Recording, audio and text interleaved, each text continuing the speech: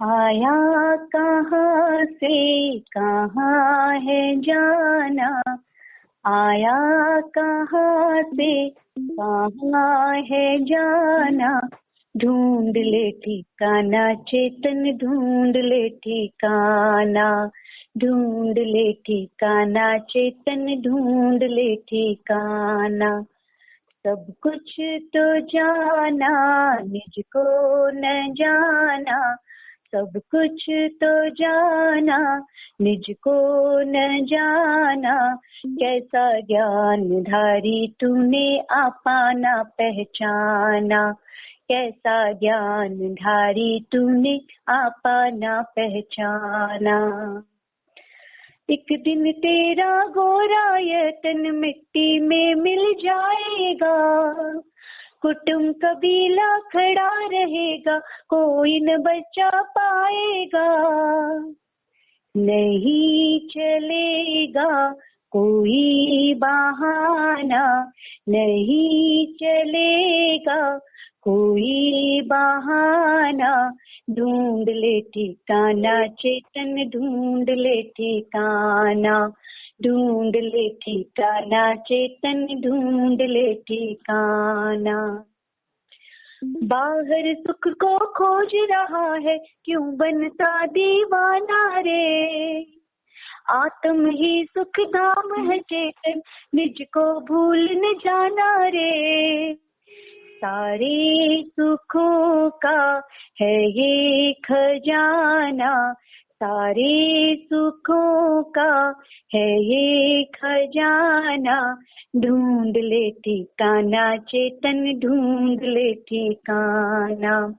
आया कहाँ से कहाँ है जाना, ढूंढ ले ठिकाना चेतन ढूंढ ले ठिकाना। सब कुछ तो जाना निज को न जाना, कैसा ज्ञान धारी तूने आपा न पहचाना, कैसा ज्ञान धारी तूने आपा न पहचाना। ध्यानाभ्यास के लिए कृपया अपने नेत्रों को बंद कर लीजिए, अपना मुख अपनी ओर कीजिए,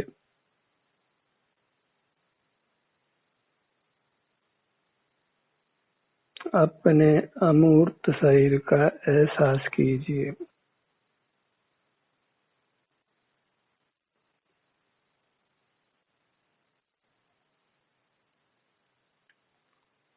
सारे दुखों की खान हमारे साथ मूर्त शरीर का होना है,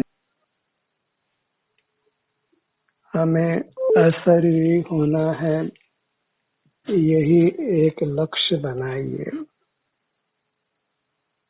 परमात्मा उत्तम सुख का अनुभव करते हैं क्योंकि वे अशरीरी हैं, मूर्त शरीर से रहित हो गए हैं।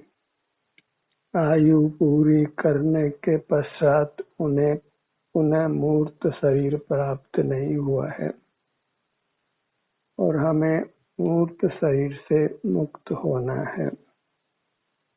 इसके लिए जहाँ मूर्त शरीर है वहीं हमको जुड़कर रहना है, इसी से हम मूर्त शरीर के बंधन से मुक्त हो सकते हैं। इसके अतिरिक्त कोई दूसरा उपाय नहीं है। जहाँ बंधन है उससे मुक्त होने के लिए वही जुड़कर रहना है। शरीर के बाहर जुड़कर रहने से ये मूर्त शरीर का बंधन नष्ट नहीं होना है, हम अशरीरी नहीं होंगे। प्रथम से प्रथम तो जीवन का ये लक्ष्य बनाइए कि मुझे अशरीरी होना है, इस मूर्त शरीर के संग में नहीं रहना है। उन्हें मूर्त शरीर प्राप्त नहीं हो, यही रात दिन भावना पाना है। मैं अमूर्त हूँ तो मूर्त के साथ बंधन होना वह शोभा नहीं देता है और उससे ही हम मूर्त से प्रभावित होते हैं। नाना प्रकार की वेदनाओं को भोगना पड़ता है। रात दिन इस लक्ष्य का स्मरण रखिए कि मुझे अशरीरी होना है। तो जहाँ शरीर का बंधन है वही अपना अमूर्त शरीर है। अंतर्दृष्टि कर अपने अमूर्त शरीर का संवेदन करते हुए रहना है। यहाँ जो भी आराम या वेदना की स्थिति है उसको ही भोगना है। बाहर की दुनिया से नहीं जुड़ना है। तभी हम अपने इस मूर्त शरीर के बंधन से अपने को मुक्त कर सकते हैं और इसके बंधन से मुक्त होने के पश्चात कोई भी दुख नहीं हो सकता है। दुख होता है मूर्त शरीर के सद्भाव से और इसका अभाव होने के पश्चात सारा संसार समाप्त हो जाता है। तो मूर्त शरीर का होना ही सर्व दुखों का कारण है। तो मुझे अशरीरी होना है। मूर्त शरीर को पुनः नहीं पाना है। तो इसके लिए जहाँ शरीर है वही अंतर्दृष्टि कर हमें अपने अमूर्त शरीर के सुख दुख का संवेदन करते हुए रहना है। तभी हम पुनः मूर्त शरीर पाने से अपने आप को बचा सकते हैं। अशरीरी सिद्ध परमात्मा हो सकते हैं। लक्ष्य बने बिना प्रवृत्ति नहीं होती है। हमने बाहर के तो नाना लक्ष्य बनाए हैं, पर जो लक्ष्य बनाने योग्य है वही लक्ष्य निर्धारित नहीं किया है। हमें बस एक ही लक्ष्य बनाना है जिसकी प्राप्ति के पश्चात सकल दुखों का अभाव हो जाना है। मुझे अशरीरी होना है। मूर्त शरीर पुनः नहीं पाना है। तीन शरीरों से हम बंधे हैं। औदारिक शरीर, कार्मण शरीर और तेजस शरीर। इन तीनों से ही हमको मुक्त होना है। तो जहाँ ये तीन शरीर का सद्भाव है उसी क्षेत्र से जुड़कर रहना है। मूर्त शरीर और अमूर्त शरीर की संधि में ही हमको जुड़कर रहना है। तो अपने ध्यान को अपने सिर से पैरों तक ही रखना है, क्योंकि यही हमारा लक्ष्य है कि अमूर्त शरीर के बंधन से मुक्त हो। तो इस मूर्त शरीर तक ही बने रहना है। इसके परे नहीं जाना है। बाहर के जगत के पदार्थों को विषय नहीं बनाना है। इस लक्ष्य को पाकर ही रहना है। दृढ़ संकल्प करना है और संकल्प यदि दृढ़ हो तो फिर प्रयत्न भी बलवान होता है और हम उस प्रयत्न में सफल भी हो जाते हैं। काम कठिन भी नहीं है। सिर से पैरों तक ये अपना अमूर्त शरीर हमारे संवेदन में आता है। सिर की जगह हमारा अमूर्त सिर हमको वेदन में आता है।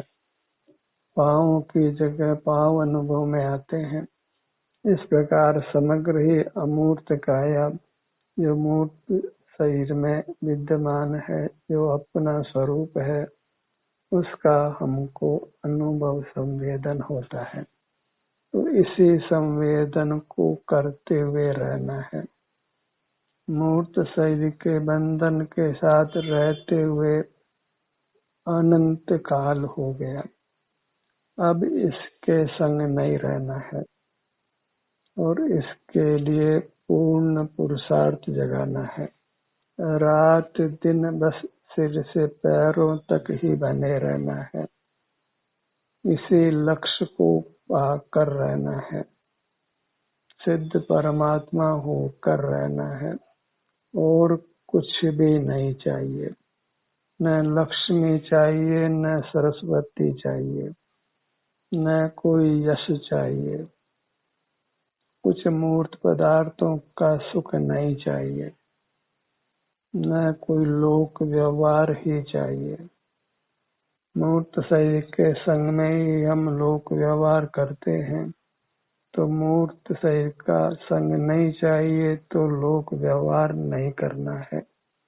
बस अपने शरीर तक के क्षेत्र से ही पूरी तरह सिमट कर रहना है और कुछ भी प्रमाद नहीं करना है।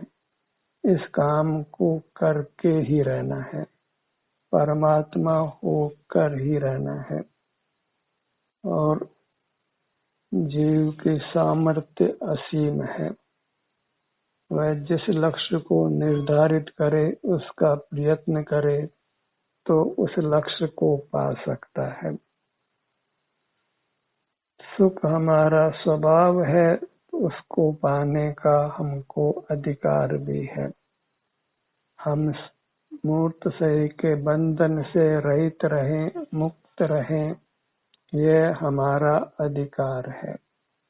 इस अधिकार को पाकर रहना है, बंधन में नहीं रहना है, मूर्त से मिले हुए नहीं रहना है, तो मूर्त पदार्थों के साथ व्यवहार छोड़ना है और अपने अमूर्त शरीर से ही युक्त रहना है। यही हमें अपने अमूर्त शरीर के सुख दुख का संवेदन होता है। बस उस संवेदन से संतुष्ट रहना है, तृप्त रहना है, और इसी संतुष्टि के बल पर हमको अशरीरी परमात्मा हो जाना है। इस लक्ष्य को पाकर ही रहना है, तब तक बिल्कुल विश्राम नहीं लेना है, चैन नहीं लेना है, रात दिन इसका प्रयत्न करना है। अन्य कुछ भी काम रुचि से नहीं करना है, बलजोरी से करना पड़े तो करना पड़े, अन्यथा एक ही काम करना है, इस मूर्त शरीर से पृथक होना है।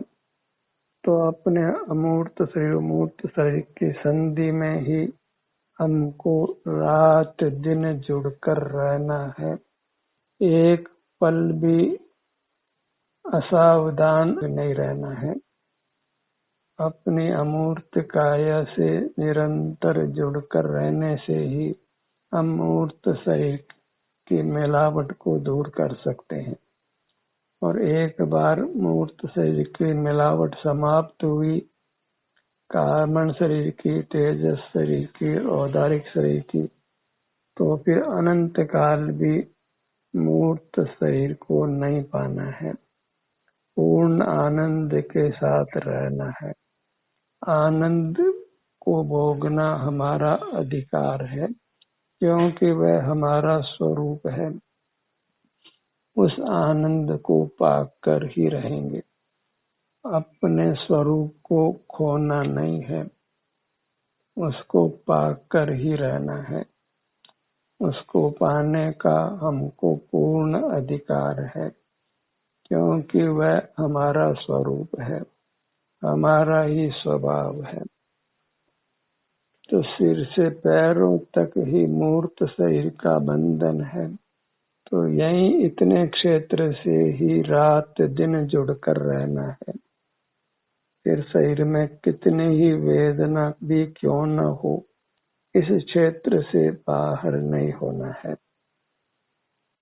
इस प्रकार हमको मूर्त कर्म और मूर्त शरीर से अपने को मुक्त कर लेना है, अपने अरूपी शरीर को प्रकट कर लेना है, पा लेना है, और उसके पूर्ण सुख को व्यक्त कर अनंत काल भोगना है। अपनी मुद्रा को अपने ही मनोभावना से लक्ष्य में रखिए। ध्यान सत्र के दौरान तो हमको नियमित रूप से अपनी मुद्रा से जुड़ना ही है, पर इसके अतिरिक्त काल में भी यही काम करना है। अन्य कामों से हम अपने लक्ष्य को नहीं पा सकते हैं और लक्ष्य से दूर हो जाना है। हमें अपने गंतव्य को छू लेना है, अमूर्तिक अवस्था को प्रकट कर लेना है। केवल यह कहने मात्र से कि मैं अरूपी हूँ, अमूर्त हूँ, बात बनने वाली नहीं है। मैं परमात्मा हूँ, इतना मात्र विकल्प करने से भी बात बनने वाली नहीं है। हमें मूर्त अमूर्त के संधि में ही रहना है। इस संधि से बाहर नहीं आना है, बहिर्मुख नहीं होना है। और कदाचित बहिर्मुखता हो जाए तो तुरंत लौटकर अंतर्मुख हो जाना है। वही बहिर्मुखता का प्रायश्चित भी है। पुनः पुनः अपने सन्मुख होना वही प्रायश्चित है। अपराध को नहीं दोहराना वही प्रायश्चित है। बहिर्मुख हो गए सो हो गए, फिर बहिर्मुख नहीं होना है, वही प्रायश्चित है। एक ही व्रत लेना है कि इंद्रिय ज्ञान नहीं करना है, बाह्य जगत से नहीं जुड़ना है, वही महाव्रत है, महाविरति है। बाह्य जगत से विरत हो जाना, फिर बाह्य जगत में चेतन हो कि अचेतन हो, सबसे विरत हो जाना है। अपने ही परिजनों से, मित्रों से, गुरुजनों से, सबसे विरक्त हो जाना है, विरत हो जाना है। उनको देखना जानना नहीं है, उनका स्मरण भी नहीं करना है, उनके बारे में विचार भी नहीं करना है। काम एक ही करना है, अशरीरी सिद्ध परमात्मा होना है। शरीर जो मूर्त है उसको पुनः नहीं पाना है, और आज प्राप्त है तो इसके साय से नहीं जीना है। इसके साय से इंद्रिय ज्ञान होता है सो नहीं करना है। इसके साय से हम बोल पाते हैं सो नहीं बोलना है। इसके साय से हम चल फिर पाते हैं तो चलना फिरना नहीं है। अत्यंत निष्कंप रहकर अपनी चिन्ह मूर्त के स्वास्थ्य की स्थिति को ही भोगना है। अपने स्वास्थ्य की स्थिति ही हमारे द्वारा भोग्य है। बहिर्मुख रहकर भी हम अपने स्वास्थ्य की स्थिति के अनुरूप ही वैश्विक सुख दुख पाते हैं। तो अपने स्वास्थ्य की स्थिति को प्रत्यक्ष भोगिए, उसके सन्मुख होकर भोगिए। परोक्ष अर्थात इंद्रियादि की सहायता से नहीं, मूर्त पदार्थों के आलंबन से नहीं, केवल अपनी अमूर्त काया जो अंतर्दृष्टि से संवेदन गोचर होती है उसी से युक्त रहना है। पल पल अपने को मूर्त कर्मों के बंधन से मुक्त करते जाना है। जहाँ कर्म का बंधन है वही जुड़कर रहना है। उस जुड़ने से ही कर्म की संधि टूटती जाती है और हम अशरीरी होने की ओर आगे बढ़ते जाते हैं।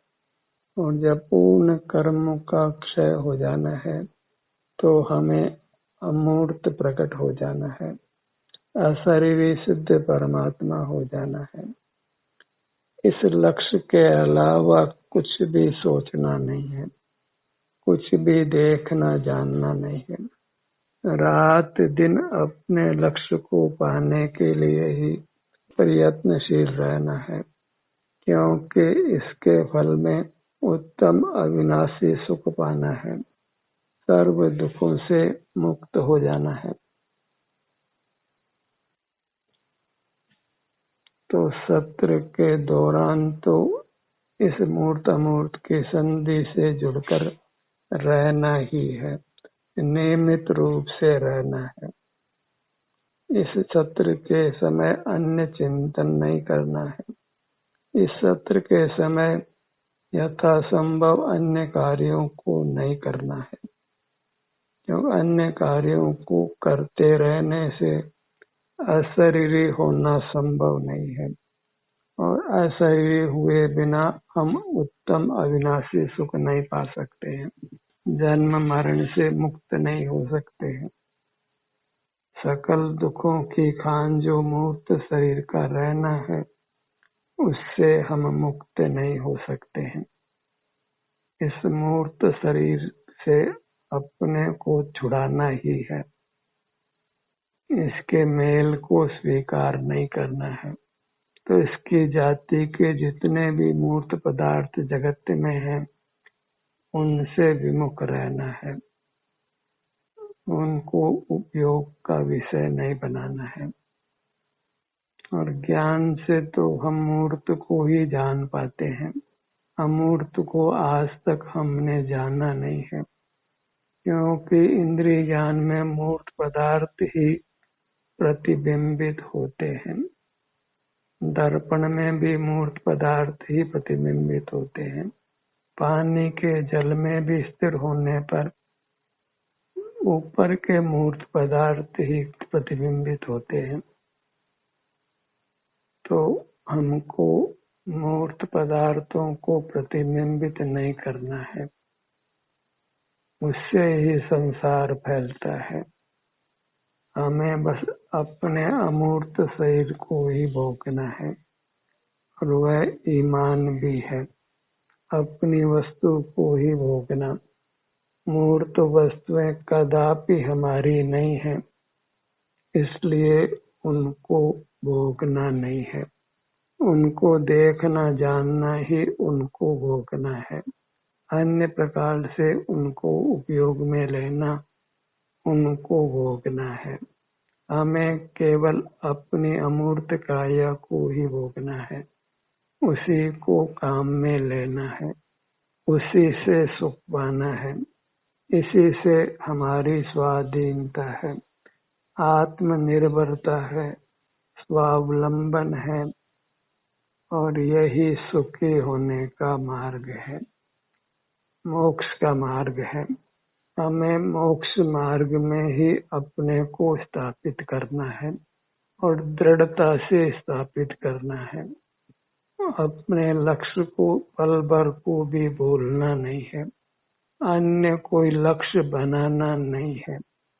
एक ही लक्ष्य से सब सिद्धि होनी है। एक साधे सब सदे, सब साधे सब जाए। हमने अपनी अमूर्त काया को बंधन मुक्त करना है। औदारिक शरीर, कार्मण शरीर, तेजस शरीर, तीन मूर्त शरीर से हम बंधे हैं।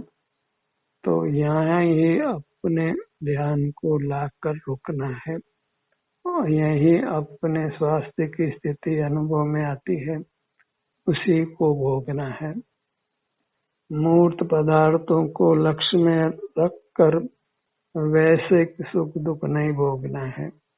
जहाँ मूर्त पदार्थों को विषय बनाएंगे तो मूर्त शरीर मिलता ही रहेगा, और दुख को भोगते ही रहना होगा। हम अशरीरी कभी नहीं हो पाएंगे। अनंत काल बीत गया, हम अशरीरी नहीं हो पाए, क्योंकि मूर्त पदार्थों को व्यवहार में लेना, उनको देखना जानना बंद नहीं किया है, और मूर्त और अमूर्त की संधि से जुड़कर हम नहीं रहे हैं। सिर से पैरों तक ही हमको बने रहना है, अपने उपयोग को इससे परे नहीं ले जाना है। और यहाँ जो भी सुख दुख की स्थिति है, उसका ही भोग करना है। वह हमारी अवस्था है, उसी को भोगना है। परद्रव्यों की अवस्था को भोगना वह अनधिकृत चेष्टा है, दंडनीय है। उसी से मूर्त कर्मों से बंधते हैं और उनके उदय में नाना दुख भोगते हैं। और दुख का कारण जो मूर्त शरीर को पाना है उससे कभी मुक्त नहीं हो पाते हैं। मूर्त शरीर प्राप्त होता ही रहता है, उसकी परंपरा को हमने तोड़ देना है, ऐसा पुरुषार्थ जगाना है। अमूर्त शरीर और मूर्त शरीर की संधि में ही अपने ध्यान को रोकना है। फिर अपने किसी भाग से युक्त रहिए, चाहे मुखमंडल से जुड़िए, चाहे धड़ भाग से, चाहे अपने हाथों से, चाहे पैरों से या अन्य छोटे भागों से। यही हमको अपने अमूर्त शरीर की सुख दुख की अवस्था का वेदन होता है। यही स्वसंवेदन है जो मोक्ष का मार्ग है। इंद्रिय ज्ञान में रहना, मूर्त अमूर्त की संधि से परे पदार्थों को जानते देखते हुए रहना, उनके साथ व्यवहार करते हुए रहना, तो ये मूर्त अमूर्त की संधि अनंत काल बने ही रहना है। फिर दुख अनंत काल तक रहना है। ऐसी स्थिति को मंजूर नहीं करना है। श्रद्धा के स्तर पर तो इस संधि को आप अस्वीकार कर ही दीजिए और फिर उस संधि को मिटाने का रात दिन प्रयत्न करिए। ध्यान का सत्र यहीं समाप्त होता है।